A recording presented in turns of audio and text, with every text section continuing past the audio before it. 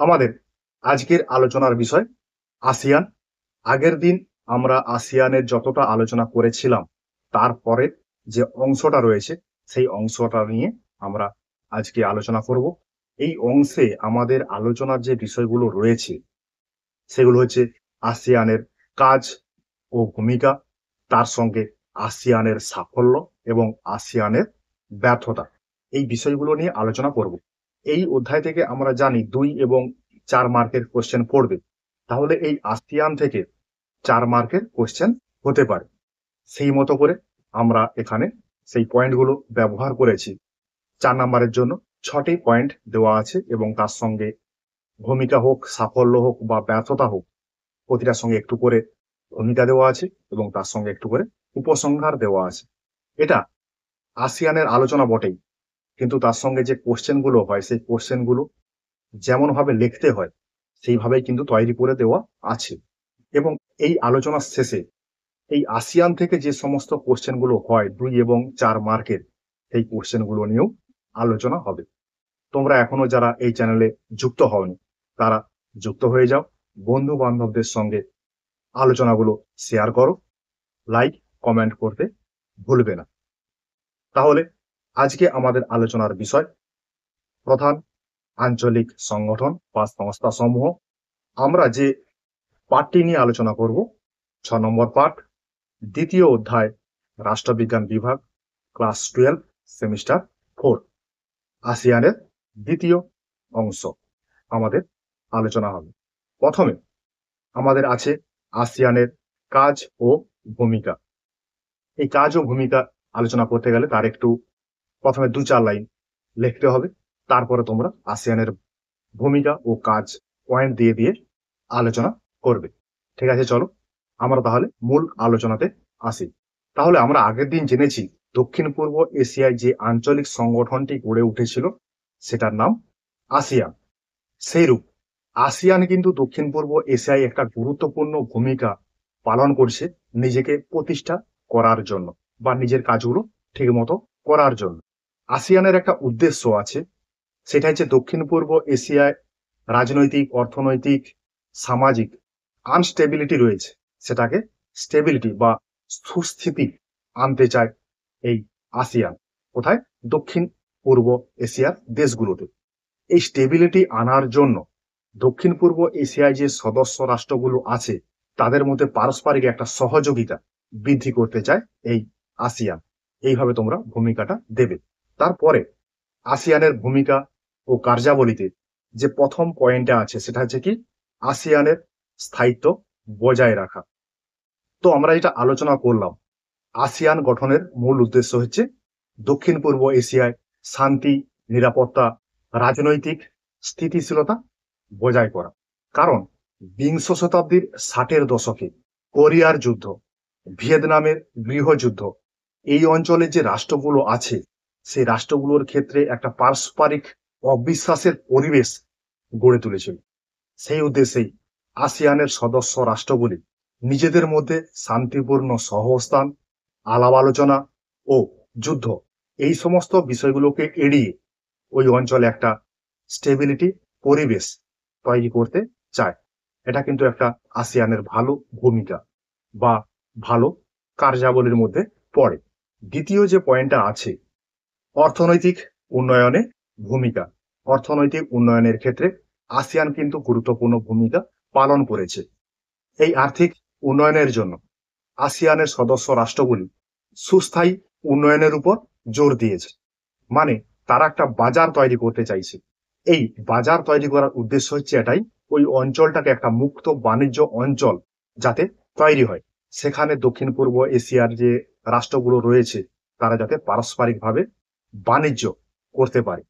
এই কারণেই আসিয়ানের সদস্য রাষ্ট্রগুলি নিজেদের মধ্যে একটা মুক্ত বাণিজ্য অঞ্চল বা আসিয়ান ফ্রি ট্রেড এরিয়া গঠন করেছে, যেখানে সদস্য রাষ্ট্রগুলি কোনো রকম বাধা নিষেধ ছাড়া ব্যবসা বাণিজ্য করতে পারে।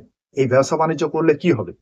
রাষ্ট্রগুলির মধ্যে অর্থনৈতিক উন্নয়ন হবে এবং রাষ্ট্রগুলির মধ্যে পারস্পরিক একটা সহযোগিতা প্রতিষ্ঠা হবে, যেটা আসিয়ান চেয়েছিল। তাহলে আসিয়ানের এই দ্বিতীয় যে ভূমিকাটা, অর্থনৈতিক উন্নয়ন, সেক্ষেত্রেও কিন্তু ব্যাপক গুরুত্বপূর্ণ একটা অবদান রেখে গেছে। 3 নম্বর যে পয়েন্টটা, সামাজিক ও সাংস্কৃতিক উন্নয়নের ক্ষেত্রে আসিয়ানের ভূমিকা।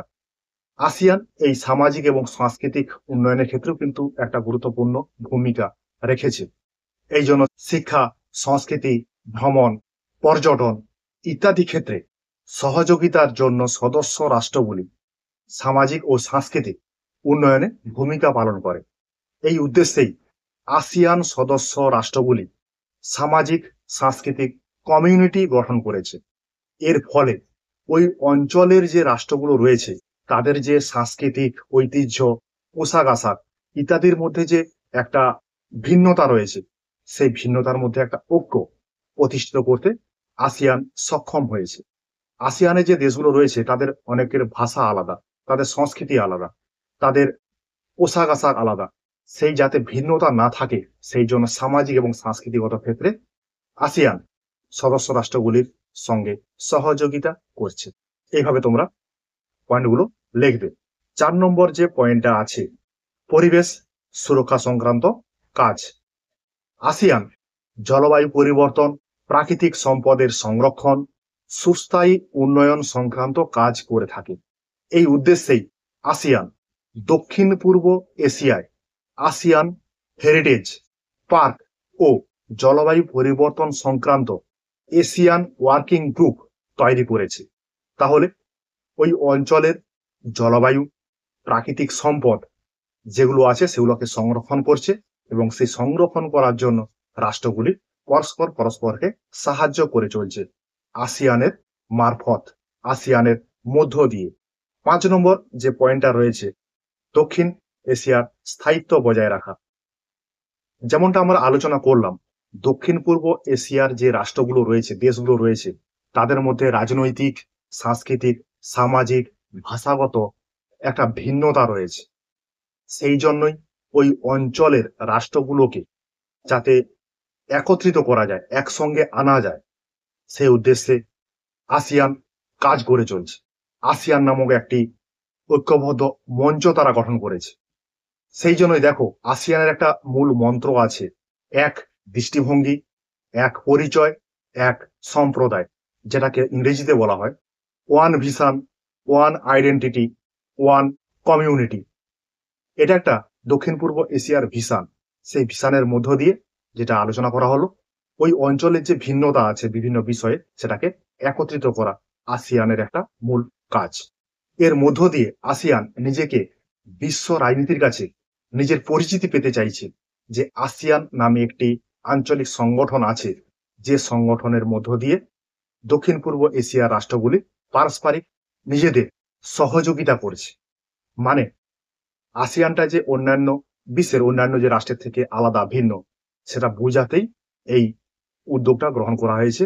সেই উদ্যোগটা কি? একই দৃষ্টিভঙ্গি, এক পরিচয়, এক সম্প্রদায়। এটা আসিয়ানের একটা মূল মন্ত্র।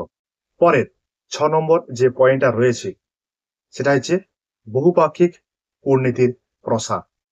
আন্তর্জাতিক ক্ষেত্রে দক্ষিণ পূর্ব এশিয়া যে একটা নিজস্ব স্বার্থ আছে, সেই স্বার্থকে তুলে ধরার একটা মঞ্চ।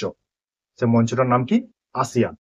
এই সংস্থাটি চীন, জাপান, ভারত, মার্কিন যুক্তরাষ্ট্র এই সমস্ত দেশের যে সংস্থাগুলো রয়েছে বা সংগঠন রয়েছে, সেই সংগঠনগুলোর সঙ্গে আসিয়ান দ্বিপাক্ষিক সম্পর্ক তৈরি করেছে। এই দ্বিপাক্ষিক সম্পর্ক গড়ে তুলতে গিয়ে আসিয়ান, আসিয়ান +3 ও পূর্ব এশিয়া সম্মেলনে তারা সক্রিয়ভাবে অংশগ্রহণ করছে। মানে সহজ করে এটাই বলা যায় যে আসিয়ান দক্ষিণ পূর্ব এশিয়ার একটি আঞ্চলিক সংগঠন, যে সংগঠনটি বিশ্বের যে অন্যান্য সংগঠনগুলো রয়েছে সেই সংগঠনের সঙ্গে সম্পর্ক তৈরি করছে, দ্বিপাক্ষিক সম্পর্ক। সেই দ্বিপাক্ষিক সম্পর্ক তৈরি করা একটা উদ্দেশ্য আছে যে আসিয়ান যে একটা সংগঠন রয়েছে সেই সংগঠনটাকে বিশ্বের মঞ্চে প্রতিষ্ঠিত করতে চাইছে। এই জন্য আসিয়ান, আসিয়ান +3 এবং পূর্ব এশিয়া শীর্ষ সম্মেলন, এই যে সংগঠনগুলো আছে এই সংগঠনে তারা সক্রিয়ভাবে অংশগ্রহণ করছে। এটা গেল তাহলে আসিয়ানের ভূমিকা বা কার্যাবলী। এরপরে যেটা আছে আসিয়ানের সাফল্য। আসিয়ান গড়ে উঠেছিল মূলত দুটি উদ্দেশ্যকে সামনে রেখে। প্রথম যে উদ্দেশ্যটা, দক্ষিণ পূর্ব এশিয়ায় বৃহৎ শক্তি যাতে হস্তক্ষেপ করতে না পারে। দ্বিতীয় নম্বরটা হচ্ছে এই অঞ্চলের যে রাষ্ট্রগুলি আছে সেই রাষ্ট্রগুলির পারস্পরিক সহযোগিতা বৃদ্ধি করতে। এই উদ্দেশ্যের মধ্য দিয়েই আসিয়ান বিগত 50 বছর ধরে সাফল্যের সঙ্গে কাজ করে আসছে। এই সংস্থাটির কয়েকটি উল্লেখযোগ্য সাফল্য সেগুলো আমরা পরপর দেখে নেব। প্রথমে যে সাফল্যটা আছে, আঞ্চলিক স্থিতিশীলতা। আসিয়ানের সাফল্যের একটা অন্যতম দিক, 1971 সালে আসিয়ান রাষ্ট্রগুলির বিদেশ মন্ত্রীগণ কুয়ালালামপুর শহরে মিলিত হন এবং সেখানে zone of piece, freedom and neutrality বা JOPFAN নামে একটি সংগঠন তৈরি করে। এর ফলে ওই অঞ্চলে রাষ্ট্রগুলি যে অন্যান্য রাষ্ট্রের হস্তক্ষেপ মুক্ত একটা অঞ্চল সেটা তারা গড়ে তুলতে সক্ষম হয়। আবার এই অঞ্চলকে পারমাণবিক অস্ত্রমুক্ত অঞ্চল গড়ে তোলার জন্য ASEAN South East Asia nuclear weapon free zone treaty তৈরি করেছে। এছাড়াও আসিয়ান দক্ষিণ পূর্ব অঞ্চলের কাম্বোডিয়া গৃহযুদ্ধ এবং পূর্ব তিমুরে যে সমস্যা ছিল সেই সমস্যাগুলোর সাফল্যমণ্ডিত সমাধান করেছে। এরপরে আমরা আসি 2 নম্বর আসিয়ানের সাফল্য, অর্থনৈতিক ক্ষেত্রে অগ্রগতি। এই যে পয়েন্টগুলো আলোচনা হচ্ছে এই পয়েন্টগুলো আসিয়ানের যে কার্যাবলী বা ভূমিকা আলোচনা করছিলাম সেই ভূমিকা এবং আসিয়ানের সাফল্য প্রায় একই রকম। সেই জন্য পয়েন্টগুলো তোমাদের একই রকম মনে হচ্ছে বা আলোচনার অংশগুলো তোমাদের এক বলে মনে হচ্ছে। যেটা বললাম যে ভূমিকা এবং সাফল্যগুলো প্রায় সেম সেম। বিগত কয়েক দশকে দক্ষিণ পূর্ব এশিয়ার কয়েকটি রাষ্ট্র অর্থনৈতিক দিক থেকে সাফল্যের শীর্ষে পৌঁছে গেছে। তাই আসিয়ান আন্তঃরাষ্ট্রীয় বাণিজ্য বৃদ্ধি করতে PTA স্বাক্ষর করে। সেই PTA এর ফুল ফর্মটা কি?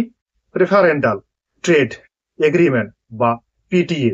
মানে দক্ষিণ পূর্ব এশিয়ার যে দেশগুলো আছে তাদের অর্থনৈতিক উন্নয়ন বা তাদের ব্যবসা বাণিজ্যকে আরো বৃদ্ধি করতে এই PTA নামক সংস্থাটি তারা প্রতিষ্ঠা করে। এমনকি দক্ষিণ এশিয়ার দেশগুলি যেমন চীন, জাপান, দক্ষিণ কোরিয়া, ভারত, অস্ট্রেলিয়া, নিউজিল্যান্ডের সঙ্গে অর্থনৈতিক অংশীদারিত্ব স্থাপন করেছে। এর ফলে কি হচ্ছে, আসিয়ান ওই সমস্ত রাষ্ট্রের সঙ্গে এই চীন, জাপান, ভারত, অস্ট্রেলিয়া, নিউজিল্যান্ড এর সঙ্গে ব্যবসা বাণিজ্য করছে, বিদেশি মুদ্রা তারা ঘরে আনছে। এর ফলে আসিয়ানের যে সদস্য রাষ্ট্রগুলো তাদের আর্থিক সমৃদ্ধি হচ্ছে, আর্থিক অগ্রগতি হচ্ছে। তারপরে 3 যে পয়েন্টটা রয়েছে আসিয়ানের সাফল্যের ক্ষেত্রে, আসিয়ান মুক্ত বাণিজ্য অঞ্চল গঠন। 1992 সালে সিঙ্গাপুরে আসিয়ানের 4র্থ সম্মেলন সংগঠিত হয়েছিল। সেই সম্মেলনে আসিয়ান ফ্রি ট্রেড এরিয়া গড়ে তোলার প্রস্তাব গ্রহণ করা হয়েছিল। এই আসিয়ান ফ্রি ট্রেড এরিয়া বা AFTA বা আসিয়ান মুক্ত বাণিজ্য অঞ্চল গড়ে তোলার একটা লক্ষ্য বা উদ্দেশ্য ছিল। উদ্দেশ্যটা কি? দক্ষিণ পূর্ব এশিয়ার যে রাষ্ট্রগুলো আছে তারা যাতে আন্তর্জাতিক ক্ষেত্রে যৌথভাবে প্রভাব বৃদ্ধি করতে পারে। মানে তারা একসঙ্গে ব্যবসা বাণিজ্য করবে, ব্যবসা বাণিজ্য করার ফলে আন্তর্জাতিক স্তরে যে ক্ষমতাশালী রাষ্ট্রগুলো আছে সেই রাষ্ট্রগুলোর কাছে নিজেদের ক্ষমতাটাকে জাহির করার চেষ্টা করবে ব্যবসা বাণিজ্যের মধ্য দিয়ে। এবং এর সঙ্গে ব্যবসা বাণিজ্য করার জন্য যে শুল্ক এবং অন্যান্য যে বাণিজ্যিক প্রতিবন্ধকতা আছে সেইগুলোকে তুলে দিয়ে দক্ষিণ পূর্ব এশিয়ায় ব্যবসার যে একটা মুক্ত ক্ষেত্র গড়ে তুলতে চেয়েছে আসিয়ান। এরপরে 4 নম্বর পয়েন্ট, সেটা কি? পরমাণু মুক্ত অঞ্চল ঘোষণা। 1995 সালে ব্যাংককে আসিয়ানের একটা শীর্ষ সম্মেলন হয়। সেই সম্মেলনে দক্ষিণ পূর্ব এশিয়াকে পারমাণবিক শক্তি মুক্ত অঞ্চল গড়ে তোলার কথা আলোচনা করা হয়। এই জন্য ওইখানে একটা চুক্তি স্বাক্ষরিত হয়। চুক্তিটা কি? ট্রিটি on the south East Asia nuclear weapon free zone বা SEANWFZ একটা সংস্থা গড়ে তোলে, যে চুক্তিটা কার্যকর হয়েছে 1997 সালে। এই চুক্তিটার মধ্য দিয়ে দক্ষিণ পূর্ব এশিয়ার যে দেশগুলো আছে সেই অঞ্চলটাকে পারমাণবিক মুক্ত অঞ্চল হিসাবে ঘোষণা করা হয়। সেই চুক্তিতে এটাও বলা হয় বিদেশি কোনো রাষ্ট্র আসিয়ানের সদস্য রাষ্ট্রের কাছে পারমাণবিক অস্ত্র মজুত করতে পারবে না, কারণ তারা তো একটা পারমাণবিক মুক্ত অঞ্চল তৈরি করেছে।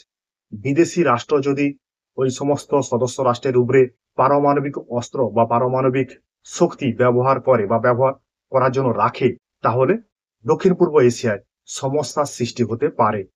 এই জন্যই এই পদক্ষেপ আসিয়ানের। 5 নম্বর পয়েন্ট, প্রাকৃতিক দুর্যোগ মোকাবিলা। 2004 সালের 24শে ডিসেম্বর সুনামির কারণে দক্ষিণ পূর্ব এশিয়ার যে দেশগুলো আছে সেই দেশগুলোতে ব্যাপক ক্ষয়ক্ষতি হয়। 2004 সাল 24শে ডিসেম্বর সুনামি, তোমরা হয়তো অনেকেই জানোনি বা তোমাদের অনেকের জন্মই হয়নি। ব্যাপক ক্ষয়ক্ষতি হয়েছিল, এমনকি ভারতেও প্রচুর ক্ষয়ক্ষতি হয়েছিল। সেই জন্য 2005 সালে জাকার্তাতে আসিয়ানের যে সম্মেলন হয়েছিল, সেই সম্মেলনে বলা হয়েছিল প্রাকৃতিক বিপর্যয় সম্পর্কে যাতে আগাম সতর্কতা পাওয়া যায় এমন উন্নত প্রযুক্তি তৈরি করবে আসিয়ান। এবং ওই সালে এই উদ্দেশ্যে আসিয়ান সদস্য রাষ্ট্রগুলি দুর্যোগ মোকাবেলা করার জন্য একটা চুক্তি স্বাক্ষর করে। সেই চুক্তির নাম কি? দুর্যোগ ব্যবস্থাপনা ও জরুরি প্রতিক্রিয়া সংক্রান্ত আসিয়ান চুক্তি বা AADMER নামে একটি চুক্তি। সেই চুক্তিতে স্বাক্ষর করে কারা? আসিয়ান সদস্য রাষ্ট্ররা। কি উদ্দেশ্যে চুক্তিটা স্বাক্ষর করেছিল? প্রাকৃতিক দুর্যোগের আগাম সতর্কবার্তা যাতে পায় তার জন্য যে উন্নত প্রযুক্তি তৈরি করা হবে, সেই প্রযুক্তি তৈরি করার জন্যই এই চুক্তিটা স্বাক্ষর করা হয়েছিল। পরে যে পয়েন্টটা রয়েছে 6 নম্বর পয়েন্ট, সেটা কি? সেটা হলো সন্ত্রাসবাদ দমনের সতর্কতা। 2001 সালে আসিয়ানের সদস্য রাষ্ট্রগুলি যৌথভাবে সন্ত্রাসবাদ দমনের জন্য যৌথ উদ্যোগ গ্রহণ করেছে। এমনকি মানব পাচার, মাদক চোরাচালান প্রতিরোধের জন্য আসিয়ান কর্ম পরিকল্পনা গ্রহণ করেছে। এই সমস্ত বিষয়কে, এই সন্ত্রাসবাদ দমন, মানব পাচার, মাদক চোরাচালান ইত্যাদি বিষয়কে যাতে আটকানো যায়, ঠেকানো যায়, সেই জন্য আসিয়ানের সদস্য রাষ্ট্রগুলো নিজেদের মধ্যে সন্ত্রাসবাদ দমন সংক্রান্ত আসিয়ান কনভেনশন বা ACCT স্বাক্ষর করে। এটা কিন্তু একটা ভালো উদ্যোগ, একটা আসিয়ানের সাফল্যের ভালো দিক। তাহলে এইভাবে তোমরা আসিয়ানের যে সাফল্যের দিক সেগুলো আলোচনা করবে। এরপরে আমরা আসি আসিয়ান এবং ভারতবর্ষের মধ্যে সম্পর্ক রয়েছে, সেই সম্পর্কের মধ্যে 1990-এর দশকে আসিয়ানের সঙ্গে ভারতের একটা সম্পর্ক স্থাপিত হয়। এর জন্য 1991 খ্রিস্টাব্দে ভারত লুক ইস্ট পলিসি চালু করে। কত সাল? 1991 সাল। এই সময় ভারতের প্রধানমন্ত্রী ছিলেন নরসিংহ রাও, আর তখন অর্থমন্ত্রী ছিলেন মনমোহন সিং। ভারত এবং আসিয়ানের মধ্যে বাণিজ্যিক সম্পর্ককে সুদৃঢ় করার জন্য ASEAN Indian free trade area গঠন করেছে। এই 1991 সালে যে পূর্বে তাকাও নীতি, লুক ইস্ট পলিসি, সেটা 2014 সালে যখন নরেন্দ্র মোদী ক্ষমতায় আসেন ভারতবর্ষে, তার একটু চিন্তাধারাটা পরিবর্তন হয়ে যায়। পরিবর্তন হয়ে সেটার নাম রাখা হয় অ্যাক্ট ইস্ট পলিসি।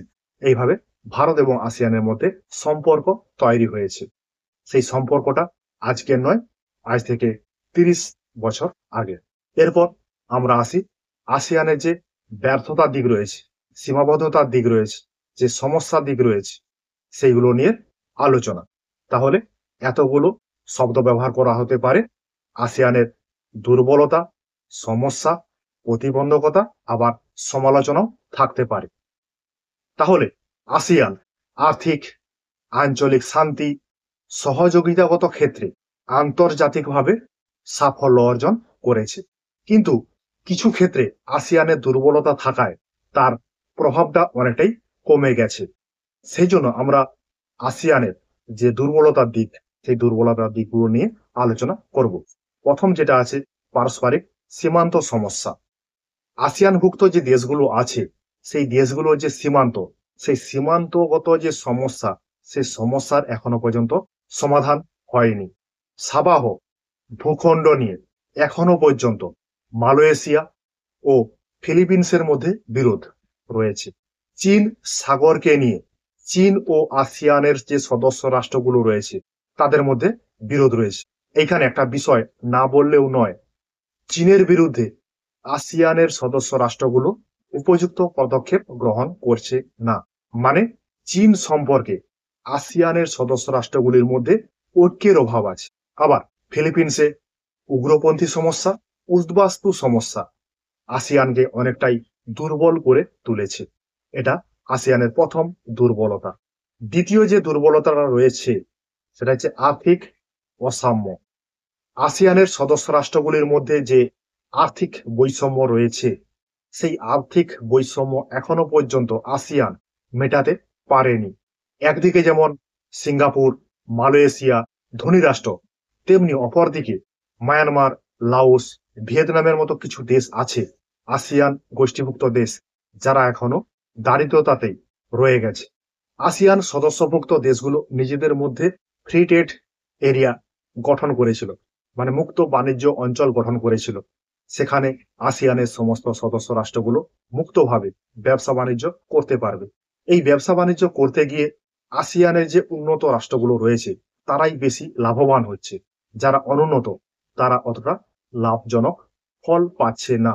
এই অসাম্যটা আসিয়ান কোনোভাবেই দূর করতে পারেনি। এটা একটা দ্বিতীয় পয়েন্ট। ৩ নম্বর যে পয়েন্টটা আছে, মত ঐক্যের অভাব। আসিয়ানের সবচেয়ে বড় দুর্বলতা রাজনৈতিক ভিন্নতা। মানে আসিয়ানের যে সদস্য রাষ্ট্রগুলো রয়েছে তাদের রাষ্ট্রের যে আভ্যন্তরীণ শাসন ব্যবস্থাটা তার মধ্যে কোনো সামঞ্জস্য নেই। প্রতিটা রাষ্ট্রের শাসন ব্যবস্থা আলাদা আলাদা ধরনের। যেমন থাইল্যান্ডে সাংবিধানিক রাজতন্ত্র রয়েছে, ইন্দোনেশিয়াতে গণতান্ত্রিক প্রজাতন্ত্র রয়েছে, সিঙ্গাপুরে একদলীয় ব্যবস্থা রয়েছে। তাহলে এই যে দেশগুলো তাদের মধ্যে যে শাসন ব্যবস্থার পার্থক্য রয়েছে, এই শাসন ব্যবস্থার পার্থক্য থাকার জন্যই কোনো একটা বিষয়ে সিদ্ধান্ত গ্রহণ করতে যেমন দেরি হচ্ছে, তেমনি রাষ্ট্রগুলির মধ্যে যে একটা ঐক্য, সেই ঐক্যটার অভাব দেখা দিচ্ছে। এটা একটা দুর্বলতা বা সমস্যার দিক। ৪ নম্বর যে দুর্বলতাটা রয়েছে সেটা হচ্ছে অহস্তক্ষেপের নীতি। আমরা যখন আসিয়ানের উদ্দেশ্য লক্ষ্য আলোচনা করেছিলাম তখন একটা পয়েন্ট জেনেছিলাম যে আসিয়ানের সদস্য রাষ্ট্রগুলি পরস্পরের আভ্যন্তরীণ বিষয়ে হস্তক্ষেপ করবে না। এটা কি ভালো না খারাপ? এটা একদিকে যেমন ভালো, অন্যদিকে খারাপ। সেই খারাপের দিকটা নিয়েই আমরা আলোচনা করব। এই নীতিটা গ্রহণ করার ফলে আসিয়ানের সদস্য রাষ্ট্রগুলির মধ্যে যদি মানবাধিকার লঙ্ঘন হয় বা কোনো দেশের মধ্যে রাজনৈতিক সংকট দেখা দেয়, তাহলে আসিয়ানের যে অন্যান্য সদস্য রাষ্ট্রগুলো আছে তারা কোনোভাবেই ওই রাষ্ট্রকে সাহায্য করতে পারবে না, কারণ সেটা তার আভ্যন্তরীণ বিষয়। যেমন দেখো মায়ানমারে সামরিক অভ্যুত্থান হয়েছে, রোহিঙ্গা সমস্যা রয়েছে, সেই সমস্যাগুলোকে সমাধান করতে পারেনি আসিয়ানের সদস্য রাষ্ট্রগুলি। কারণ তাদের একটাই বাধা, কোনো রাষ্ট্র অন্য কোনো রাষ্ট্রের আভ্যন্তরীণ বিষয়ে হস্তক্ষেপ করবে না। মানে আসিয়ান কোনো রাষ্ট্রের আভ্যন্তরীণ বিষয়ে হস্তক্ষেপ করবে না। এটা একটা আসিয়ানের অসফলতার প্রতিবন্ধকতার দিক। ৫ নম্বর পয়েন্ট, আর্থিক মন্দা দূরীকরণে ব্যর্থ। ১৯৯০ দশকের শেষের দিকে পূর্ব এশিয়ায় ব্যাপক অর্থনৈতিক সংকট দেখা দেয়। ওই সময় ১৯৯৭ সাল নাগাদ থাইল্যান্ডের যে মুদ্রার নাম ভাট, সেই ভাটের মান অনেক কমে যায়। এর ফলে থাইল্যান্ড অনেকটা সমস্যার সম্মুখীন হয়। এই সমস্যা বা এই সংকট থেকে বেরিয়ে আসার জন্য আসিয়ান কোনোভাবেই সাহায্য করেনি বা কোনো পদক্ষেপ গ্রহণ করেনি। এটা একটা আসিয়ানের খারাপ দিক। ৬ নম্বর যে আসিয়ানের ব্যর্থতার দিক রয়েছে সেটা হচ্ছে আসিয়ানের উপর চীনের প্রভাব। এটা কিন্তু একটা গুরুতর আসিয়ানের প্রতিবন্ধকতা দিক।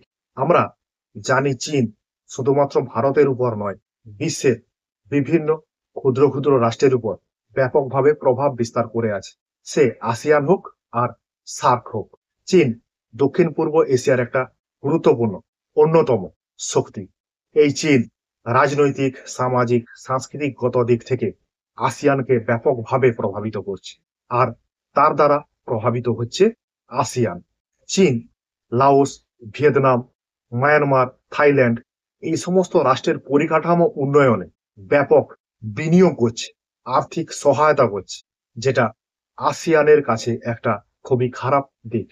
কারণ আসিয়ান অত বড় রাষ্ট্রকে কোনোভাবেই মুখ তুলে যে একটা জবাব দেওয়ার ব্যাপার, সেটা কোনোদিনই করতে পারেনি।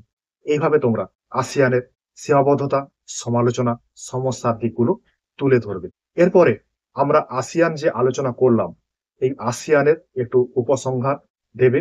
উপরিউক্ত সমালোচনা থাকা সত্ত্বেও নিঃসন্দেহে একথা বলা যায়, সামগ্রিকভাবে দক্ষিণ এশিয়ার আঞ্চলিক শক্তি, সহযোগিতা ও স্থিতিশীলতা বজায় রাখতে আসিয়ান গুরুত্বপূর্ণ ভূমিকা পালন করেছে। আজ আসিয়ান চীন, জাপান, ভারতের সঙ্গে নয়, আমেরিকা যুক্তরাষ্ট্র, রাশিয়ার সঙ্গেও সম্পর্কে যুক্ত হচ্ছে ব্যবসা বাণিজ্যের উন্নতি করার জন্য, নিজের দেশের পরিকাঠামোকে উন্নত করার জন্য। তাহলে এটা গেল আসিয়ান সম্পর্কে আলোচনা। আসিয়ানের যে সাফল্য, ব্যর্থতা বা ভূমিকা যেগুলো আছে সেগুলো নিয়ে আমরা আলোচনা করলাম। এবার আসি আমরা আসিয়ানের থেকে যে সমস্ত কোশ্চেন গুলো হতে পারে সেই কোশ্চেনের আলোচনায়। প্রথম যে কোশ্চেনটা আছে, আসিয়ান কবে কাদের নিয়ে গঠিত হয়, এটা আমরা আলোচনা করেছি। দুই দাগে আছে আসিয়ানের দুটি পর্যবেক্ষক রাষ্ট্রের নাম লেখো। এরা কবে পর্যবেক্ষক রাষ্ট্রের মর্যাদা লাভ করে? আমাদের আলোচনাতে সাল দিয়ে তৈরি করে দেওয়া আছে, কোন সালে কোন রাষ্ট্রটি পর্যবেক্ষক রাষ্ট্রের অন্তর্ভুক্ত হয়। পরের কোশ্চেন, আসিয়ানের দুটি উদ্দেশ্য লেখো। 4 কোশ্চেন, আসিয়ানের দুটি নীতি উল্লেখ করো। 5 আছে আসিয়ানের দুটি কাজে লেখো। আসিয়ানের সাফল্য, ব্যর্থতা, কাজ বা ভূমিকা এগুলো কিন্তু 4 নম্বরের পর্বে আলোচনা করেছি, সেগুলো 2 নম্বরের জন্য পড়তে পারে, তাতে কোনো অসুবিধা নেই। পরে 6 আছে পরিবেশ রক্ষায় আসিয়ানের ভূমিকা কি। এটা কিন্তু একটা পয়েন্ট, সেই পয়েন্টটা এখানে কোশ্চেন আকারে দেওয়া আছে। 7 আছে আসিয়ানের সাফল্যের দুটি দিক উল্লেখ করো। 8 আছে আসিয়ানের দুটি দুর্বলতা উল্লেখ করো। 9 কোশ্চেন আছে আসিয়ান ঐক্যে চীনের প্রভাব কিভাবে বাধা সৃষ্টি করছে। তাহলে আসিয়ানের উপর চীন কিভাবে প্রভাব বিস্তার করছে সেটা 2 নম্বরের মতো করে আলোচনা করতে হবে। আমাদের এখানে যে আলোচনাগুলো করা আছে সেটা শুনলে, বুঝলে 2 নম্বরের জন্য অবশ্যই ভালোভাবে লিখতে পারবে, 4 নম্বরের জন্য পারবে। দেখতে হবে, বুঝতে হবে। পরে আমরা আসি 4 মার্কের যে কোশ্চেন হয় আসিয়ান থেকে। প্রথম কোশ্চেন, আসিয়ানের উদ্ভবের প্রেক্ষাপট সংক্ষেপে আলোচনা করো। এটা আমরা আগের দিনের আলোচনাতে আলোচনা করেছি। আসিয়ানের লক্ষ্য ও উদ্দেশ্য সমূহ উল্লেখ করে। 3 আছে আসিয়ানের সাংগঠনিক কাঠামো সংক্ষিপ্ত বিবরণ দাও। পরে কোশ্চেন, আসিয়ানের 4টি কাজ বর্ণনা করো, বা তার ভূমিকা যেগুলো আছে সেই ভূমিকাগুলোই এখানে লিখতে হবে। 5 আছে আসিয়ানের সাফল্যের মূল দিক উল্লেখ করো। 6 আছে আসিয়ানের দুর্বলতাগুলি উল্লেখ করো। এইভাবে আসিয়ানের 2 এবং 4 নম্বরের যে কোশ্চেন গুলো হয় সেই কোশ্চেন গুলো আমরা দেখলাম। তাহলে এইভাবে আমাদের দ্বিতীয় যে অধ্যায় রয়েছে বা ইউনিট 2 রয়েছে, সেই ইউনিট থেকে আমরা 6টি পাঠের আলোচনা করলাম। দেখবে, পড়বে। যারা এখনো পর্যন্ত এই চ্যানেলে যুক্ত হওনি তারা যুক্ত হয়ে যাবে, বন্ধু বান্ধবদের সঙ্গে শেয়ার করবে, লাইক কমেন্ট করবে। ঠিক আছে, তোমাদের জন্য আমার এই কিঞ্চিত প্রয়াস।